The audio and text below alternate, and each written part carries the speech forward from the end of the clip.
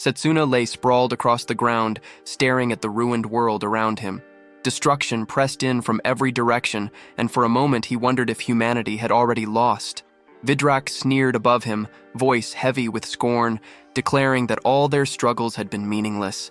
But Setsuna refused to let the end arrive so easily. With the last scraps of strength in his body, he drove his fist forward in a simple, desperate punch. To his own shock, the strike landed.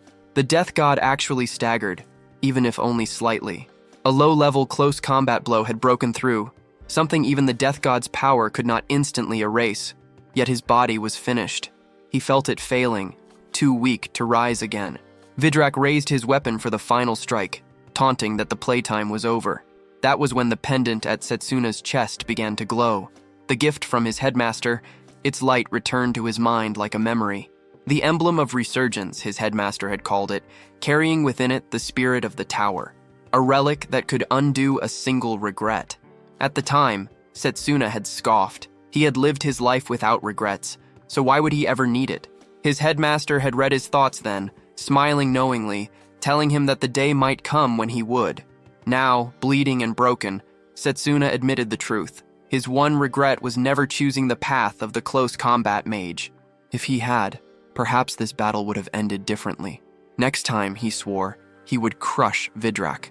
In a flash, the battlefield was gone. He awoke with a start, his head jerking up as Leo smacked him awake. A familiar voice told him it was his turn. Setsuna blinked in disbelief. Leo, alive. The very same Leo who had vanished before the death god appeared. The classroom stretched out around him. He was back at the Mage Academy, 10 years earlier, the day of his bitter failure. The ritual of choice. Leo called out again, asking why Setsuna was spacing out in the middle of the ceremony. Heart pounding, Setsuna rose and walked toward the front where the teachers and the headmaster were waiting. Whispers filled the room. One girl muttered that Setsuna was here. Another whispered back that he carried talent for multiple paths. The examiner's book opened, glowing with soft light. Setsuna remembered what came next, choosing a path. Each one carried its own arsenal of spells. But once chosen, a path bound the mage tightly, making it nearly impossible to walk in others. It was like trying to follow two religions at once, impossible to reconcile. The examiner stood in front of Setsuna, asking which path he would specialize in. He showed his own ability with certainty, convinced Setsuna would choose the same. Setsuna paused. Under normal logic, he would have chosen ranged magic, the craft of shaping elements, firing mana at enemies, and wiping out groups with large-scale spells. It kept distance, reduced risk, and built power quickly. Anyone choosing it could rise to become the strongest mage, but strength like that would still fall short against the death god. When he turned away from the ranged option, silence broke into shock. Leo, standing nearby, couldn't understand it. Everyone expected Setsuna to reach for ranged magic. Instead, he chose melee, the path considered useless. The examiner explained without hesitation that melee magic was nothing more than body reinforcement. Outdated, crude, limited to close combat. He compared it to standing under a rain of arrows with nothing but a rock to shield yourself. He asked if Setsuna really wanted to destroy his future with such a choice. Setsuna already knew the consequence. By walking this path, he erased any chance of becoming a celebrated mage. No recognition, no reputation. But this was the only branch of magic that could give him even a chance against the death god. He wasn't letting that go. The room stayed silent as his choice was confirmed. Faces shifted from confusion to disbelief. Students whispered. Setsuna stayed still. This was the power he needed. A collective gasp spread as the decision locked in. Silas, head of ranged magic, shut his book with a sigh. He admitted he had arranged everything for Setsuna, certain the boy would bring him recognition by becoming the greatest ranged mage. That plan collapsed in an instant. Setsuna didn't care. Silas's ambitions meant nothing. In 10 years, the world itself would be gone. In 5, the death god would appear. No title or honor would stop that. Even carrying the memories of his past life, Setsuna knew he had stepped into something he wasn't ready for. He had no real experience in melee combat, but it didn't matter. Against the death god, this was the only choice that made sense. He had no choice but to master it within 5 years. Once the ritual ended, the students were ordered back to their departments. Setsuna stood there, not even sure where his own classroom was. He searched for Leo but found nothing. He asked a boy nearby for directions, but the kid, with a girl at his side, brushed him off, claiming they were late. Others were already moving in groups, ignoring him, whispering behind his back. The road ahead wouldn't be easy. He knew it, and still, he had to walk it. A voice cut through the crowd saying the rumors about Setsuna being a prodigy were wrong, that maybe he was just an idiot. Another boy added he probably chose melee just to keep the attention on himself. Setsuna thought back to how differently everyone had acted before. The shift was obvious. It was because of his choice. He remembered the map in the central garden and decided to check it. On the way there, the sound of a fireball cut the air. He turned and saw a girl snuffing out the flames with ease. She stood her ground, demanding the boy give back what her mother had given her. 3 of them, ranged magic students. The biggest one waved a brooch, claiming it was an artifact holding mana. Another sneered, saying it was wasted on a commoner like her, that they would use it better. Setsuna recognized her, a student from the melee department. She was standing alone against them. The leader mocked her, saying if she wanted the brooch back, she'd have to take it with her useless melee magic before throwing more fireballs her way. The girl responded with a physical boost, the core trait of melee magic, her body reinforced. It gave her speed and strength, but nothing to close the gap. Against enemies who could stand back and cast at will, it was a losing game. Still, she refused to yield. She shouted that the brooch was her mother's, saved for years, and she wasn't about to hand it over. Mana crackled at her side. A blade of pure energy took form. Setsuna's eyes locked on it, a mana blade. He knew what it was, but he also knew the truth. Against 3 ranged students, it wouldn't be enough. The ranged magic student mocked her, saying she was trembling and doubting she could ever reach him with that short blade. He hurled another fireball, forcing her to retreat. He laughed, claiming it was just as he had predicted. She couldn't even touch them. With a cruel grin, he launched another shot, mocking her life as nothing more than the same, always out of reach. Before the flames struck, Setsuna moved in, dragging the girl out of the line of fire. He asked if she knew the location of the melee classroom and if she could guide him. One of the bullies noticed who it was, Setsuna, and assumed he had chosen melee magic too. The leader's grin widened, calling it good news. Now he could crush him without rushing. Setsuna stood steady. He admitted melee magic was seen as weak, but since he had chosen it, he would bend it to his will. Victory, he said, wasn't decided by the type of magic used. The girl panicked, warning him to stop, reminding him that these were upperclassmen and he would get hurt. The leader ignored her, unleashing another barrage of fireballs, declaring it was already too late. Setsuna focused. Mana channeled into his legs, physical boost sharp and precise. He darted forward, slipping past the fireballs with blistering speed. He thought it would be simple, but then questioned himself. What if he pushed it further? He noticed the boy's reliance on fireballs. Only fire. Nothing else. That had to be his limit. Setsuna called it out, which drove the boy into rage. Shouting at him to shut up, he demanded to know how Setsuna was moving that fast. He swore he wouldn't be beaten. Fueled by anger, the boy conjured a massive fireball with both hands, pouring everything into one blow.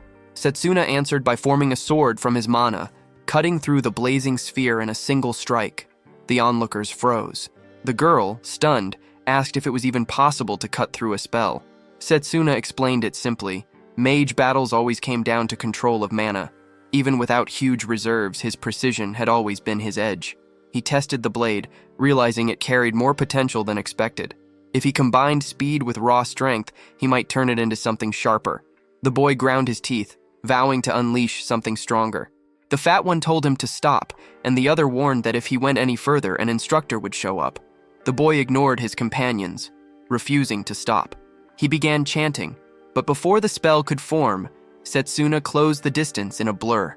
His fist, reinforced with mana, slammed into the boy's chest and sent him stumbling back. Setsuna tightened his hand, recognizing how practical that strike would be in close combat.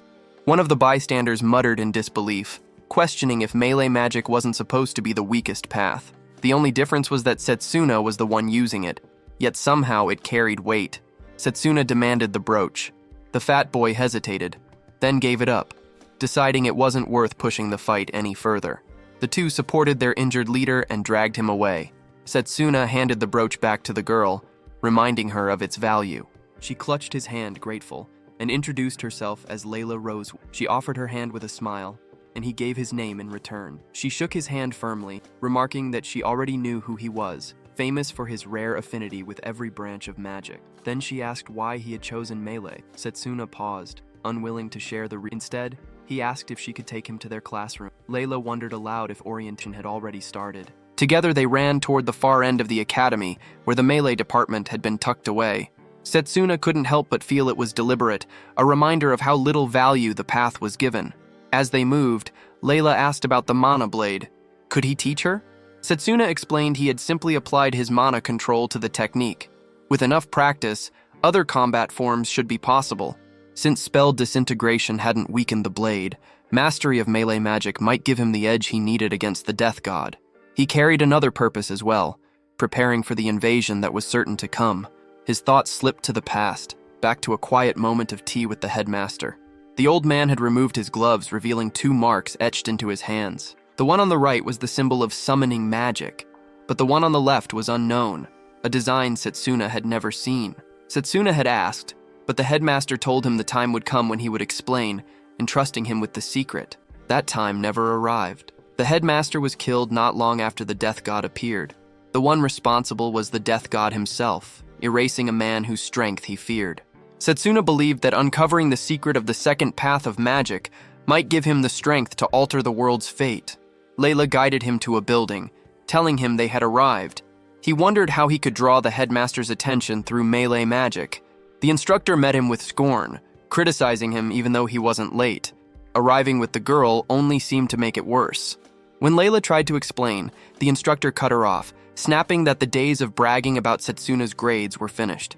He stepped closer, sneering, and reminded Setsuna that he belonged to the melee division, the outcasts of the academy. Setsuna shoved the man's hand aside, irritated by the pointless words. He asked why a melee instructor would insult the very field he was supposed to teach. The instructor's face twisted. He grabbed Setsuna's collar and demanded to know how he dared to talk back. Setsuna didn't flinch. He told him melee magic had potential. That was exactly why he chose it. The instructor scoffed, certain that arrogance wouldn't last. He turned away and threw out a challenge. If Setsuna really believed in melee magic, he should prove it. Nearby, students were trying to crack a large stone with their spells. One boy staggered back after hitting it, the surface untouched. The instructor barked at them, calling this their first test. Inside every rock was a crystal the size of a fish, and their task was to extract it within the time limit. Failure meant punishment. The clock ticked down. None of the students had even chipped the surface. Complaints spread. The rocks were too hard. How could they succeed when they had barely begun training? One muttered that the instructor was venting his anger at not being promoted. The instructor then called Setsuna out. He pointed at the largest rock and ordered him to show what melee magic could actually do. 10 minutes. That was all. Layla protested, shocked. The rock was bigger than the others. 10 minutes wouldn't be close to enough. The instructor only smirked and held up the timer, pointing out that they had already lost a full minute. Setsuna stepped forward and placed his hand on the stone. The instructor scoffed, asking if he really believed he could manage it. The instructor mocked him, offering extra time if he begged for forgiveness. Setsuna said he would finish it in 10 seconds. The response caught the instructor off guard, and even Layla told him not to be absurd. Zakhtari knew the truth. The rock wasn't only massive, it was dense. He himself would need half an hour to chip away at it. Yet Setsuna didn't back down. He had 10 seconds and nothing more. Setsuna's eyes hardened. He summoned a melee weapon into his grip. If he wanted the headmaster to notice him, he had to rise as the top of this division. He didn't hesitate. The weapon cut across the stone in one strike. At first, nothing moved. Zakhtari shouted that he had expected this. Potential meant nothing. Setsuna was still a student. Then, the rock split apart and collapsed. Setsuna picked up the purple crystal and placed it in Zakhtari's hand, noting that the 10 seconds were enough. Shock rippled through the instructor. Layla was speechless, unable to believe what she had seen. She wondered how he had managed it so easily. The class stared as well. Some whispered that Setsuna might already be stronger than their teacher. One boy even asked aloud if he had surpassed Zakhtari. The instructor dismissed it instantly, accusing Setsuna of using a trick. 10 minutes wouldn't be enough to crack that stone. There was no way it was done fairly. Setsuna's tone stayed cold. If it took Zakhtari 10 minutes, maybe he should sit with the other students and learn. The words cut deep. Zakhtari's face twisted with rage, ready to fire back, But another figure appeared. Lionel grabbed him by the collar. He asked if Zacteri was really bullying his students. His voice dragged with a yawn, saying he had only come because the noise ruined his nap. He told them plainly that Setsuna hadn't cheated. He had sensed the mana lines in the stone and hit its weakest point. Lionel turned his glare on Zacteri, questioning how an instructor could be blind to something so simple. Then Lionel ordered him to demonstrate a mana guard. Dropping into stance, Lionel added that since Zacteri believed in his own lessons so much, he should be able to survive. Zacteri stammered, trying to object. Lionel shoved him anyway, sending him crashing into a wall. Setsuna watched the impact and understood. Lionel had crushed Zacteri's mana guard without effort. The man was on another level. Lionel clapped Setsuna on the back, acknowledging his skill. For melee magic, he said it was more than enough, and there was no need to push himself so far. Setsuna's reply was sharp. He had no intention of losing to any department. He would climb to the top and surpass them all. Lionel let out a short laugh at the resolve. That was the attitude he wanted to see. He asked if there was a spell Setsuna had in mind to learn, offering to teach it if there was. Quietly, Lionel thought back to another student with the same fire in his eyes. He considered that Setsuna could one day stand as the department's representative, but for now, he was still a rival who couldn't be ignored. He gave his name, stating he was the head instructor of the melee division. He welcomed them all and announced that they would already be choosing a representative for the intramural contest, even though it was early. The intramural contest was a fight between the 8 magic departments, each putting forth a champion. Those chosen would clash in a tournament until one stood as victor. Setsuna recalled that in his last timeline, he had won the contest under the ranged division, earning the headmaster's trust. This was exactly why he needed to win it again. Then his eyes caught a fortified stone nearby. Lionel explained that another student had already pulled out a crystal just like him, and not with a blade, but with his bare hands. Both fragments had come from Drago Okerd. Drago stepped forward, calling out to Setsuna. He wanted to know why a prodigy like him had chosen the melee path. Setsuna told him he had his reasons. Drago laughed it off and demanded to know what he thought he could achieve with such a weak body. He revealed his own background. Generations of melee mages, 17 years of brutal physical training.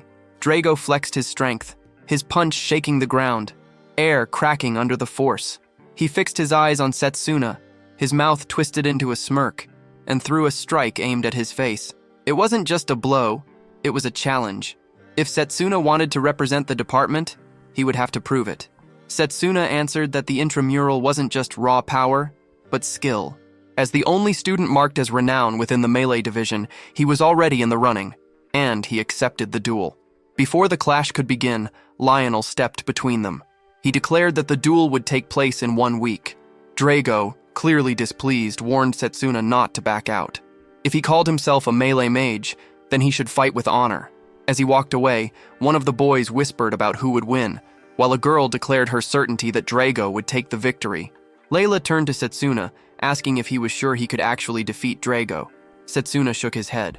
Drago's body, hardened by years of relentless training, was more than he could handle at this stage. Even so, he carried the thought that there had to be another path forward. Layla, confused, asked where he was headed. Her curiosity drove her to follow him. Together, they moved into the forest until they stopped before a massive tree. She still didn't understand what he was doing. Setsuna placed his hand on the trunk, revealing that this was his hidden training ground. Training here multiplied his strength threefold. Layla admitted the tree was extraordinary. Setsuna explained it was the world tree, rooted in place for millennia. A green light poured from its bark, wrapping around him. The tree accepted him as one of its own, and he was covered in the glow. Layla stared at the strange aura, and Setsuna told her it was the world tree's blessing, a power that accelerated recovery for those it accepted. He remembered finding this place even before being sent back in time. With the blessing, he no longer worried about mana depletion. He could push his body beyond its limits, enter different states of training, and continue without pause. Layla was stunned, but couldn't forget Drago's overwhelming background. Born a melee mage, trained since birth, he was a wall of muscle and willpower. Still, she felt indebted to Setsuna for returning her brooch. Her way of paying him back would be to spy on Drago. In the melee training hall, students drilled under Lionel's watch. Drago was among them, loading immense weights onto his body. After finishing one set, he asked Lionel if any fortified rocks remained. Lionel frowned, asking if Drago planned to crush every last one. Drago said he wasn't breaking them, just borrowing them. He stacked several heavy rocks across his back and dropped into push-ups. The ground trembled under each repetition. Layla, watching from the edges, wondered if he was even human. She couldn't tell if a punch from him would be something Setsuna could ever withstand. Her thoughts turned to whether Setsuna had any chance at all. Elsewhere, under the world tree, Setsuna sat with a martial arts manual spread open. Layla hurried back to him, frustrated. Drago was in the training hall doing push-ups with 5 fortified rocks balanced across his back, and here Setsuna was, sitting and reading. Setsuna admitted that Drago was impressive, but said that kind of intensity was simply the right level for physical training. He told Layla there was nothing to worry about, that it was part of his plan. His eyes lit with interest. She pressed him for clarity. He explained it came from a spell called Physical Bodybuilder. It hardened the body and sharpened control over nerves through mana. Channeling mana into the legs boosted movement and power. Into the fists increased striking force. Into the brain heightened memory. He tossed the manual aside, saying he had already memorized everything and was eager to test it. Spotting a fallen leaf, he cut it clean with a swift kick. He formed a mana blade and sliced through others hanging above. Layla was startled at how fast he had grasped it. Setsuna muttered it wasn't enough. A sharp pain hit him, forcing him to his knees. Blood welled on his hand. Layla demanded to know what happened, but Setsuna brushed it off. The world tree's green glow wrapped around him. He explained that with the physical boost, he was forcing his muscles to the limit, breaking them down so the recovery would rebuild them stronger. The wound closed before her eyes. She asked if it was really necessary. Setsuna said he had no chance of matching Drago through normal training. Drago had years ahead of him. He had only 1 week. He swore he would repeat the process 1,000 times before the duel. Layla was stunned, asking how he could survive such strain even once, let alone endlessly. Setsuna said perfection wasn't the point. He remembered the time when he couldn't wield magic at all. Back then he trained daily, failed countless times, but never gave up. As long as progress was made, it was worth it. Endurance came from that. They continued training together. During breaks, Layla thought about him. People always called him gifted, but she saw the truth. His strength came from work no one else could match. Now, Setsuna was lifting crushing weight while grinding through push-ups. Finally, the duel day arrived. Setsuna stood across from Drago on the battleground, the crowd thick around them. Drago's voice cut through, mocking that at least Setsuna hadn't run away. Setsuna declared he would not back down. He wanted to stand as the department's representative. Lionel confirmed both fighters were ready, and when their eyes locked, he gave the signal to start. Setsuna rushed forward first, throwing a sharp left hook. Drago caught it on his forearms, using them as a wall, but even then the impact forced him backward. Setsuna recognized at once that Drago had raised his mana guard to take the blow. Drago countered with a punch so heavy the air itself seemed to split, the shock pressing into the crowd until they couldn't even track the strike. When the dust shifted, it was clear Setsuna had slipped out of range without effort. The audience froze in disbelief, questioning if either of them had truly undergone the ritual only a week ago. Setsuna admitted that if that hit had landed clean, he would have been hurt. Drago, grinding his teeth, unleashed a flurry of fists. Setsuna weaved through them, blocking and sidestepping, which only stoked Drago's temper further. Drago barked that hiding behind defense was all Setsuna could manage, mocking his weak frame. Layla doubted the single week of training could be enough for Setsuna to close the gap. Lionel, watching, judged that Setsuna looked to be on the losing end. Drago snapped out a kick, but again Setsuna's guard held. Lionel noted under his breath that Setsuna's use of mana control was guiding the parries, deflecting power instead of taking it head-on. Drago's anger boiled over. He spat that elites like Setsuna always scorned melee magic and raged about his family being treated as lesser for generations because of it. Fury sharpened his edge as he summoned a sword, vowing to put Setsuna down. Setsuna drew his own blade in response. Both surged forward, weapons colliding in a thunderous strike. Drago pressed with rapid cuts, forcing Setsuna to leap and dodge until Setsuna countered with a slash of his own. Drago rebounded, swinging again, and the ground split beneath them as their strength tore into the stone. Charging once more, Drago's face twisted with rage. Setsuna's mind drifted to the words of 2 boys who mocked him for daring to face Drago, for choosing melee magic at all. He steadied himself, telling Drago that he understood his anger, but his own goal was higher. Drago faltered, confused by the words. In that moment, Setsuna broke through his mana-forged sword guard with a precise strike. Drago staggered from the strike, but quickly snapped back and landed another hit on Setsuna. Setsuna shifted into physical boost acceleration, his speed jumping as he countered with a clean blow of his own. Layla noticed Drago beginning to feel the impact of Setsuna's attacks. Lionel observed that while Drago fought with power and control, Setsuna's mana use and physical boosts were matching him step for step. To break through Drago's defense, Setsuna would need to force an opening. Setsuna pressed forward. Drago summoned another sword and swung wildly, rage spilling into the strike. Setsuna sensed the danger and slipped aside. The blade smashed into the ground, breaking it apart. Drago smirked, confident Setsuna's legs wouldn't carry him away forever. He tightened his fists, his fury making Layla wonder what he had planned next. Drago lunged with a crushing punch, but the hit landed on an afterimage. The real Setsuna was already above him. From the air, Setsuna explained that by focusing mana at a point, an afterimage could be created to confuse the enemy. Without pause, he launched forward with full speed. Drago braced himself for another clash, but Setsuna dropped the words to end it and swung down. The slash tore through with decisive force. The crowd went silent, stunned. Lionel watched closely, impressed by how Setsuna used movement to set up the finishing blow. Both fighters had shown remarkable strength. He stepped in, calling the match finished and declaring Setsuna the winner. Drago was on the ground, cut down by the final strike. Layla lit up with relief at the result. Yet, against expectation, Drago slowly rose again. Gasps rolled through the crowd. His endurance was proof of his raw strength, but fury twisted his face. He thought Setsuna had pulled back at the end, holding back the kill. Setsuna offered a hand to lift him. Drago, still burning with anger, demanded to know what Setsuna was fighting for. Setsuna hesitated, then said it was to never lose to anyone or anything, to keep climbing higher no matter what. Drago's expression shifted. He admitted that must be why Setsuna was so strong, and finally accepted the loss. Setsuna told him he had been a worthy opponent, and that his strength would be needed in the coming fight against the Death God.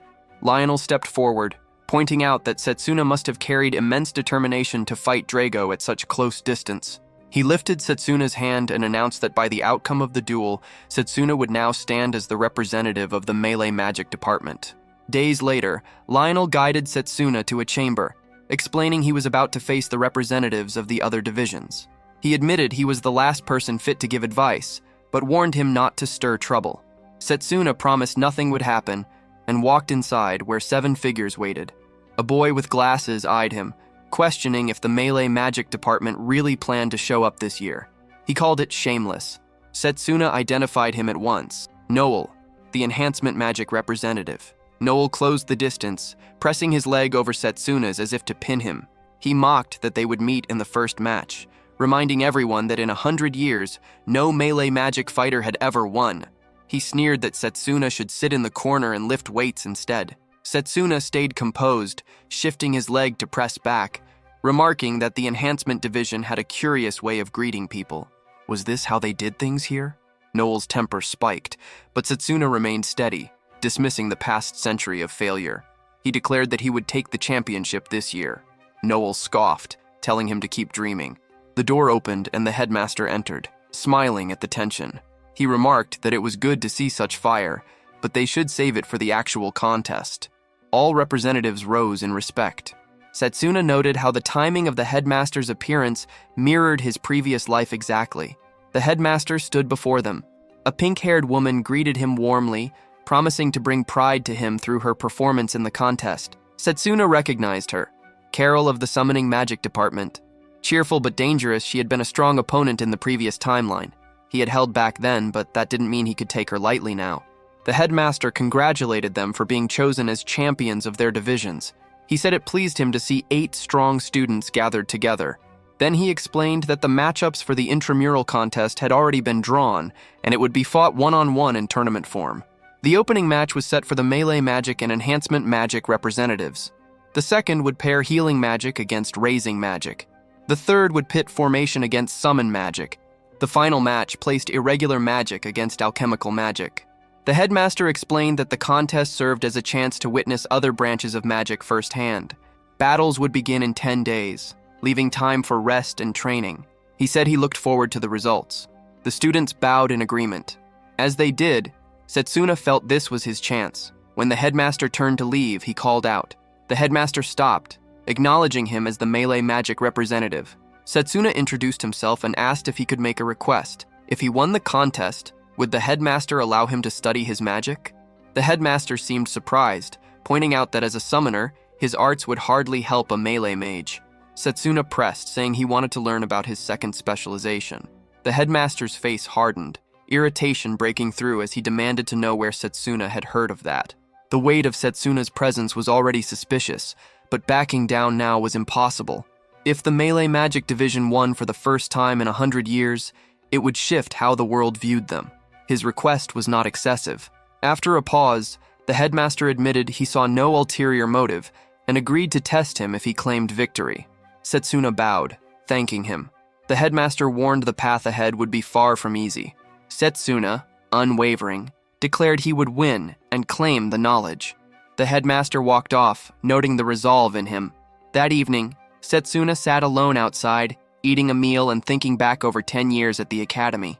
There had never been much to fill his free hours. He made a note to thank Layla for recommending the food. His mind returned to the 10 days left before the contest, sharpening his focus on preparation. Suddenly, a voice cut in, telling him not to bother with preparations. A massive fist crashed toward him. Setsuna caught the blow with his hand, pushed back to create space, and saw his attacker clearly. It was a golem. Noel hid in the shadows, watching everything unfold. He judged the attempt decent, though only possible because he exploited Setsuna's blind spot. Setsuna quickly understood the golem had been conjured by Noel, who wielded the ability to turn life into stone. He wondered what Noel intended next. Noel stepped up the pressure, insisting they should settle things now instead of waiting for the official match against a melee mage. He summoned several more golems to strike from behind, declaring Setsuna would pay for humiliating him. Setsuna stayed calm, pointing out that Noel had brought this on himself. As bells rang in the distance, Noel decided to stop, muttering that it would look bad if others caught him cornering a weak opponent. He dismissed the golems and left, promising to crush Setsuna fully in the upcoming duel. Setsuna noted how skilled Noel was, managing multiple golems at once, but his focus drifted back to the bread he dropped, knowing the meal was ruined. The next day in the melee department, Lionel gathered the students. He announced that before the intramural contest, he would review the battle between Drago and Setsuna. He asked if they had recognized their weaknesses. Both nodded. Drago admitted his control over mana, and emotions had been unstable. When asked, Setsuna stated his physical strength was lacking, and that Drago had overpowered him in that area. Lionel accepted their honesty, stressing that growth required confronting shortcomings. He urged them to target these weaknesses in their training. Layla raised her hand, asking if the match would double as practice for the contest. Lionel considered it a sharp question. He explained that Setsuna's first match would be against the Enhancement Magic Division. From what Setsuna had seen, Noel specialized in commanding large numbers of golems, and since golems had physical bodies, fighting them would not be much different than facing melee opponents. Lionel assigned their drills. Drago was to improve speed, attacking from multiple directions to simulate a group of golems. Setsuna was to focus on blocking and counterattacks. Drago prepared, vowing it wouldn't end like before. Setsuna replied that he expected the same. Drago lunged with a punch, but Setsuna slipped aside. Drago thought he might have expected the strike from the right, yet before Setsuna could react, the second fist connected. Setsuna realized his response had been a fraction too late.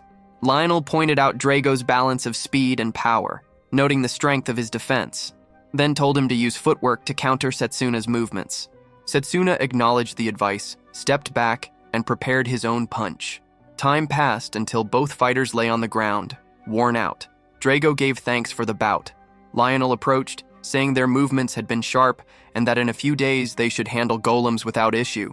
He handed them water, and Setsuna, taking a bottle, said he would not lower his guard. Lionel observed Drago's strong foundation and Setsuna's sharp instincts, seeing how fast both were growing. The contest day arrived. Excitement filled the crowd as the host announced the 781st Intramural Contest. Out of the 8 department representatives, only one would stand above the rest. Setsuna and Noel faced each other, ready for their match. The host invited the audience to place their bets. Most backed Noel, scoffing at the idea of wagering on a melee mage. A boy previously beaten by Setsuna walked up, telling him to win and prove who truly held control. In the stands, Akhtar from the Ranged Magic Division arrived, calm despite his own upcoming fight. Everyone knew the winner here would face him next. The host explained that each round would have a stage chosen at random, and for this match, it was the desert. Noel smirked, pointing out how fortune had abandoned Setsuna again. A group of kids in the audience shouted support for Noel, convinced that a melee mage would fall easily. Another boy sneered, saying it felt good to face the weakest department in the academy. Layla, hearing it, shouted back, promising they would regret their words once the fight ended. As she moved toward them, Lionel stepped in, cooling her down. The host called for the battle to start. Noel picked up a stone, asking if Setsuna knew what it was. Setsuna considered that it might be a piece of fortified rock. Noel explained that when the fortified stone mixed with the sand, it produced golems. Right on cue, a creature of hardened rock rose from the ground, blades sliding uselessly against its body. He pulled out a pouch filled with more stones and scattered them across the arena. One after another, golems erupted from the sand. He told Setsuna they would see how long he could last. Layla watched in disbelief at the sheer number of creatures Noel was able to summon. Noel boasted that in the desert, he could create as many as he wanted, and Setsuna's melee magic couldn't even compare. In the stands, one boy declared the outcome obvious while another mocked Setsuna for standing there at all. Noel turned back to his opponent, asking if he had any last words. Setsuna called it disappointing, saying he expected more. The remark caught Noel off guard, but he quickly regained himself and ordered the golems to attack. Dust and sand filled the air as they advanced, and Noel smirked, saying this was the price for daring to provoke him.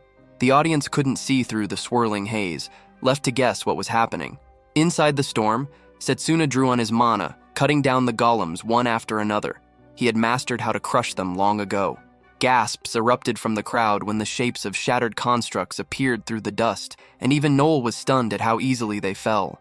He frantically conjured more and sent them forward, but Setsuna stayed calm, moving toward him. In close quarters, melee had no equal, and golems with stiff, predictable moves were nothing but targets.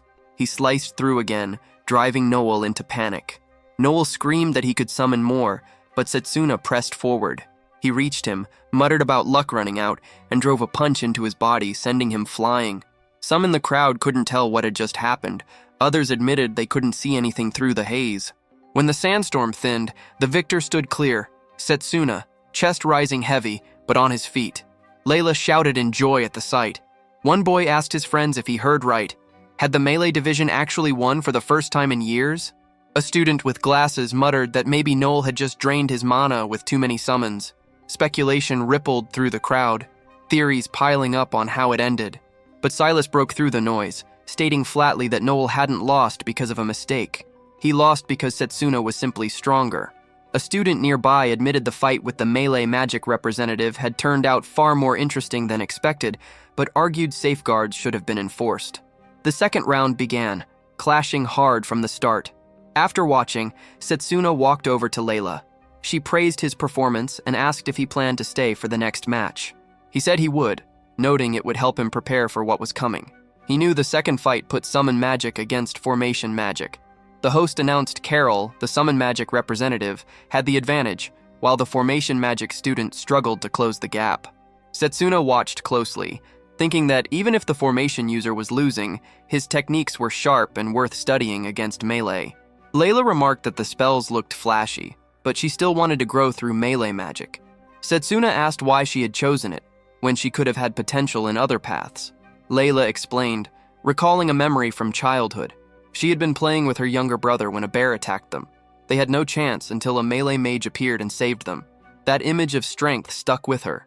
From then on, she decided she wanted to be like that mage, strong enough to protect others. She admitted it sounded childish and felt embarrassed. Setsuna said it wasn't childish. A goal gave people limitless drive to grow stronger. Layla asked if he really believed that, and he nodded.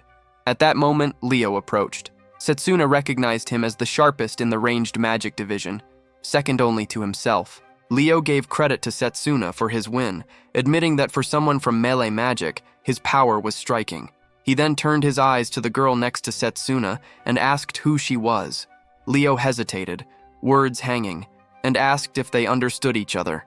Setsuna was caught off guard by the question. Layla quickly cut in, insisting it wasn't what he thought, then stood and walked away. As she left, she wondered aloud if Leo was Setsuna's friend, and suggested they should sit together to watch the rest of the matches. Setsuna kept thinking about Layla's strange reaction. Leo sat beside him, and Setsuna asked why Akhtar had become the ranged magic representative instead of him. Setsuna admitted his surprise since Leo's skills were obvious. Leo's tone dropped, carrying a hint of regret. He explained that Akhtar was sly and had manipulated him into stepping down so he could take the role. He warned Setsuna not to underestimate Akhtar, because he would use any means to get what he wanted. Setsuna understood the type and knew he would have to stay sharp. Elsewhere, Akhtar stared at a box of flowers, a twisted smile on his face. When the tournament resumed, the host declared the first match of the second round, ranged magic against melee magic. The stage was set so that any fighter who fell would not only lose but also suffer from a punishing scoring system. Drago, seated next to Lionel, muttered that even reaching Akhtar would be a challenge. Lionel agreed, noting the disadvantage. Akhtar sat with Silas, remarking on how perfect the stage was. Silas, proud as head of the ranged magic department, claimed Setsuna would be forced to regret his choice of melee. Akhtar smirked, saying regret was only possible if Setsuna even made it to the fight. The host called out that the match was about to begin, but Setsuna hadn't shown up. If he didn't appear within 5 minutes, ranged magic would win by default. Lionel and Drago were stunned. The scene shifted to 10 minutes earlier in the waiting room. Layla had knocked and entered, asking how Setsuna felt. He told her he was fine, then pointed to a vase nearby. He explained it was a magic tool that activated on touch, draining a huge amount of mana from anyone who handled it. She was shocked, wondering why something so dangerous was there. He said it was planted to cripple him before the match, another assassination attempt, the 7th so far. When she asked if he had been harmed, he told her not to worry. He had already dealt with it. Setsuna recognized Akhtar's hand in this, precise and careful, leaving no sign that could trace back to him. A knock echoed at the door, and 3 children stepped in carrying a bouquet, asking Layla to pass it to Setsuna. She questioned why children were even there. One boy explained that a man had sent them to deliver it. When they looked around, no one else was present. Layla thought it strange, believing Setsuna should have received it directly. The boy added that the man had been insistent. As one of the children holding the bouquet grew dizzy and collapsed, Setsuna caught sight of dark marks on her neck, marks he had seen during the war. He kicked the bouquet away at once. Alarm spread across Layla's face as she asked what was wrong. Setsuna explained the flowers were venium, a lethal plant. The children's condition worsened, and fury built in him. He muttered in anger at how far people would go to twist lives and use innocence as tools. He knew if they weren't treated immediately, they wouldn't make it, but only a healing mage could truly diagnose and cure the poison. Layla, just as shaken, said their lives were slipping away. She rushed out orders telling him to keep his distance too, since the poison could spread with contact. She insisted she would be fine and pulled out a brooch, asking him to trust her. Setsuna realized it was a mana vessel. Layla explained her mother had stored healing spells inside for emergencies. She activated it, releasing healing energy, and the marks on the children began to fade. She admitted her mother had never imagined the artifact being used in such a way. Setsuna gave a sharp nod, thankful, then pushed the poisoned bouquet farther away, swearing he would handle the rest. He knew Venium released its deadliest toxins when blooming, and it had to be destroyed before it spread further, but if he tried to burn it here, the poison would drift across the arena. Already feeling its effect crawling into his body, he hurled the bouquet toward the world tree. With a surge of mana, he cut through it, launching the toxic flowers high into the air and away from the crowd. Flames consumed it, and as the smoke rose, the poison thinned, letting his strength return. Meanwhile, in the arena, the audience whispered about Setsuna's absence. Some speculated he had run away in fear. The host, checking the time, announced that Setsuna would be disqualified. The host was about to declare Akhtar the winner when Setsuna appeared, cutting him off and making it clear the fight wasn't finished. Akhtar greeted his arrival with a twisted smile, claiming the gift he had arranged to celebrate Setsuna's first victory had suited him perfectly. Setsuna called him out for relying on cheap tricks, poisoning him, and dragging innocent children into the scheme. Akhtar pretended not to understand, brushing it off, saying there was nothing serious about it, and that the children would be proud to have helped secure his win. The words only sharpened Setsuna's fury. The host gave the signal for the match to begin.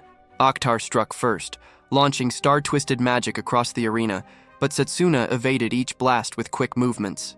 Drago, watching from the edge, suspected something had happened before the fight because Setsuna's mana flow looked unstable. Setsuna himself understood. The World Tree had purged most of the poison from his body, but enough remained to slow him down. Wave after wave of attacks rained down, forcing Setsuna to leap and dodge without pause. Akhtar mocked him with every step, claiming the melee magic representative was only good for defending. Silas, hidden among the crowd, muttered that his preparations had worked. Even if Setsuna gave his all, this fight was locked against him.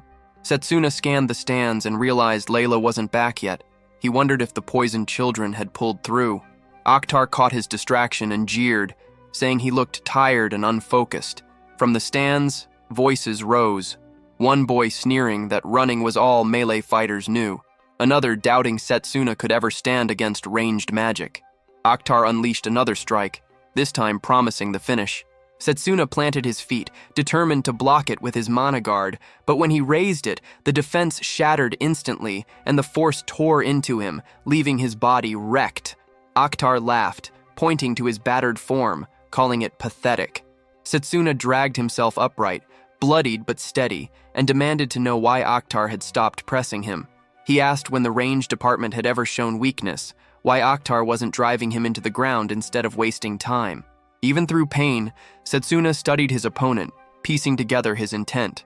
Akhtar smirked, realizing Setsuna was still dissecting every move, even as he fought to stay alive.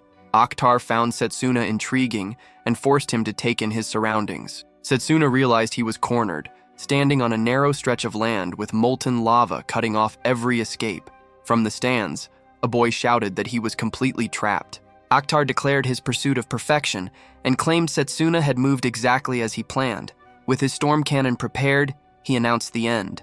At that moment, Layla entered the arena and shouted that the children were safe. Relief crossed Setsuna's face. He smiled, finally able to fight without restraint. His preparations were complete.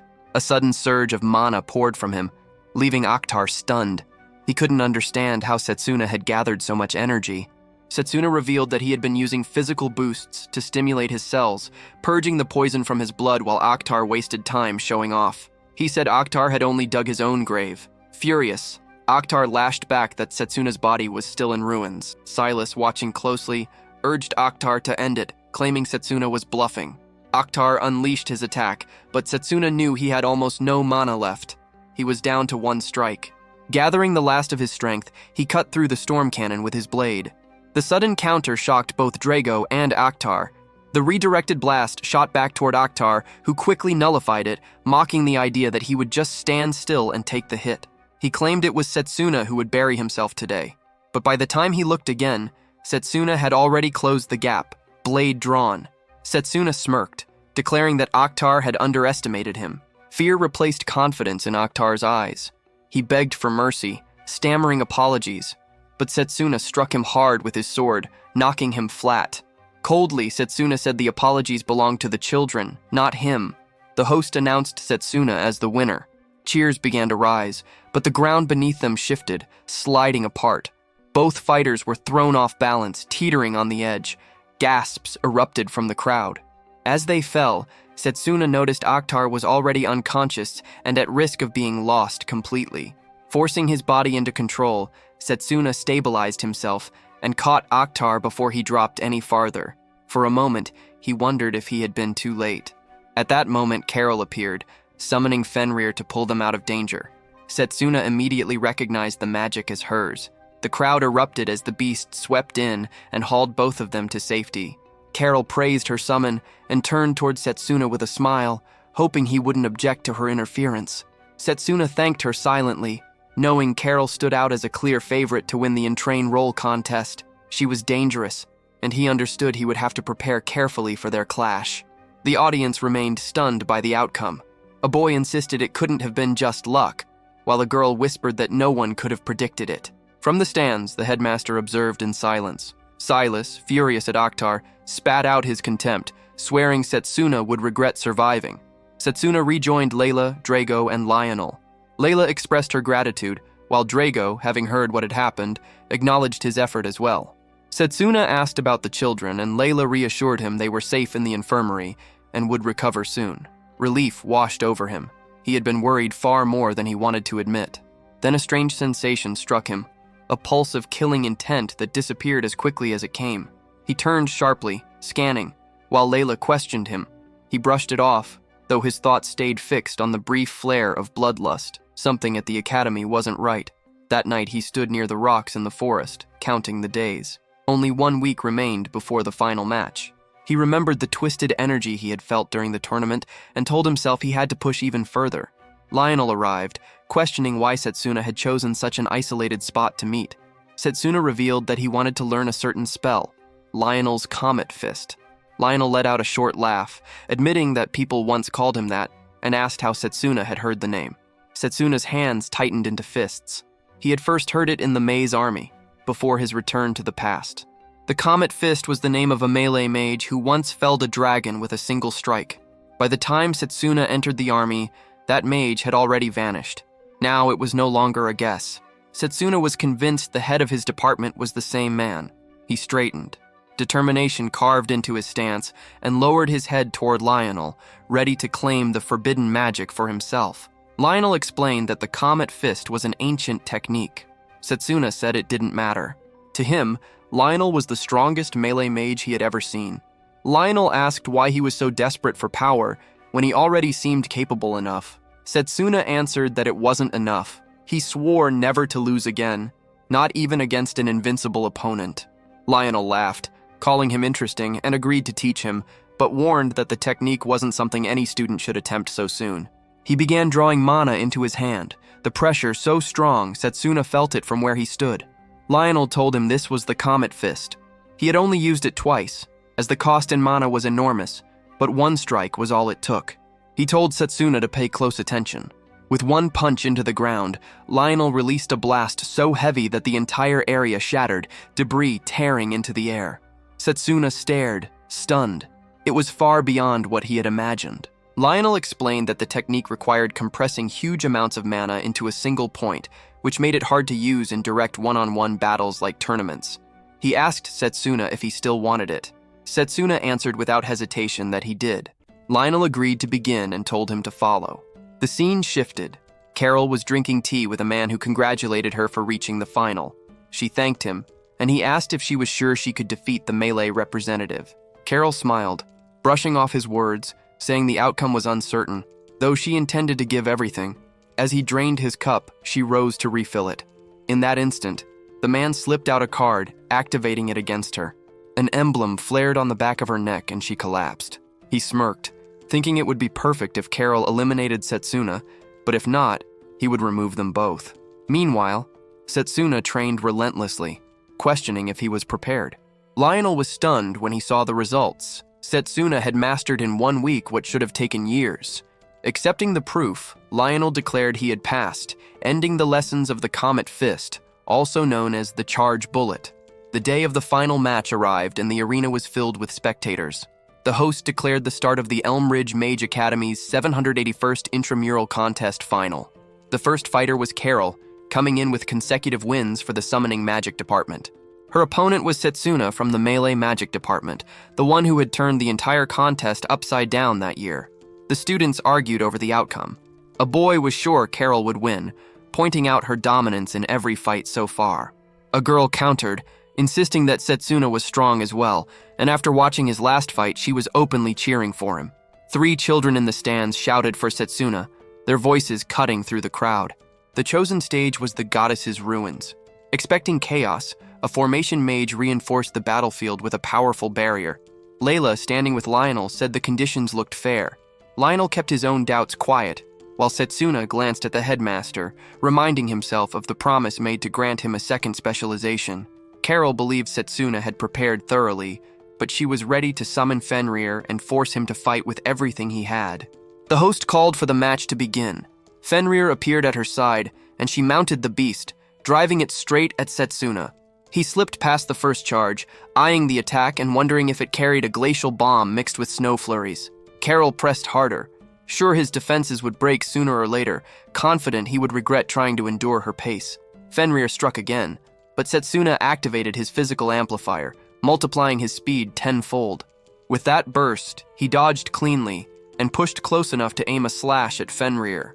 Layla's relief was clear, but Lionel stayed cold, noting that familiars were nothing but masses of mana. Injuries wouldn't last. Carol admitted his effort wasn't bad, but ordered Fenrir to release its real strength. The ground began to freeze over, ice spreading across the ruins. Setsuna froze in shock for a moment, realizing the cold wasn't reaching beyond the barrier, but inside, Fenrir's strength was climbing fast. A man on the sidelines stood over the frozen floor, muttering that Fenrir's attacks would now hit even harder. His eyes locked on Setsuna, waiting for his next move. Setsuna knew that regular strikes wouldn't matter. The longer the fight stretched, the more the tide would turn against him. He shifted to using the broken ruins as platforms, jumping across them, preparing himself to gamble on the charged bullets. Setsuna shaped a blade from his mana and braced himself as Fenrir's strikes hammered the stone beneath him. From the stands, one boy guessed he wasn't attacking at all, only defending. Another muttered that Setsuna was no match for a summoning mage.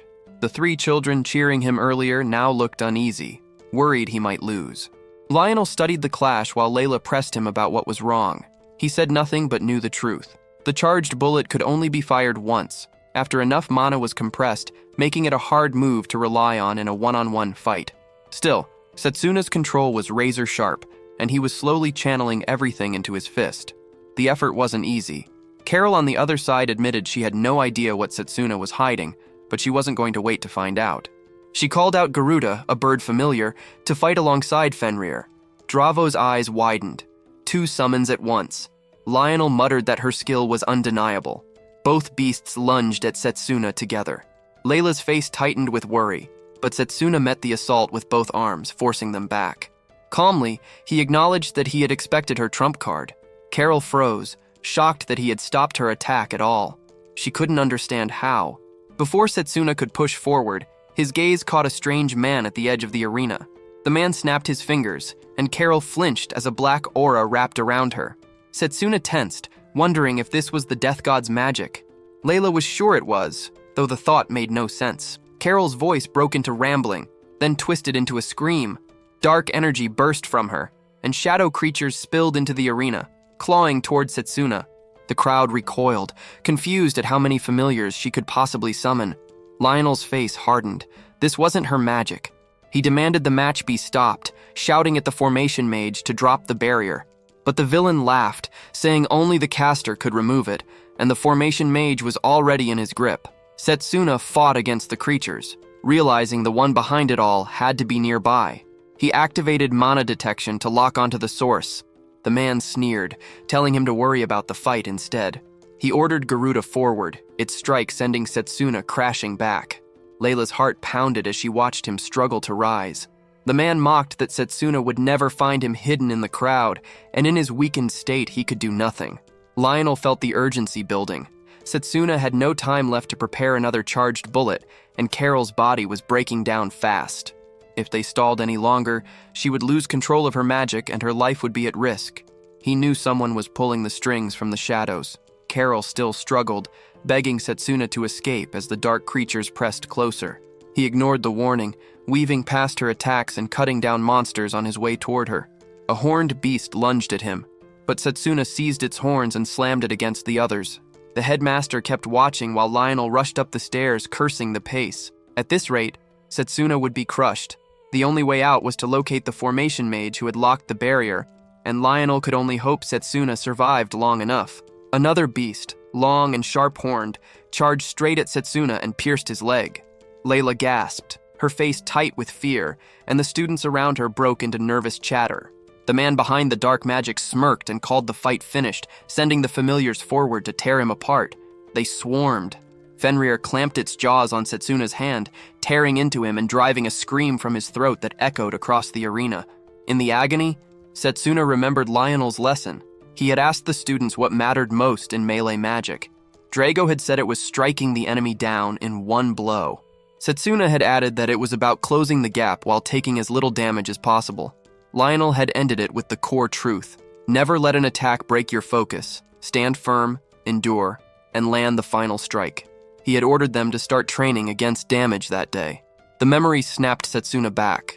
His defense had held. The man watching frowned. believing Setsuna's arm destroyed, then wondered if the boy had done it on purpose to pour mana into one strike. Setsuna knew the familiars were at their peak frenzy. One slip and they would tear him apart like prey. He roared that it would end in one punch, then unleashed the charged bullet. The blast tore through, erasing all the familiars in a single strike. When it was over, Carol staggered and nearly collapsed. Setsuna rushed to her, checked that she was alive, then eased her down gently. The crowd stared in disbelief, whispering whether she had truly fallen. The host declared Setsuna the winner, the first melee mage in a century to claim the title. The arena erupted in cheers. Some students whispered about the last techniques he had used, moves none of them had ever seen before. Layla and Dreva were glowing with joy at the result.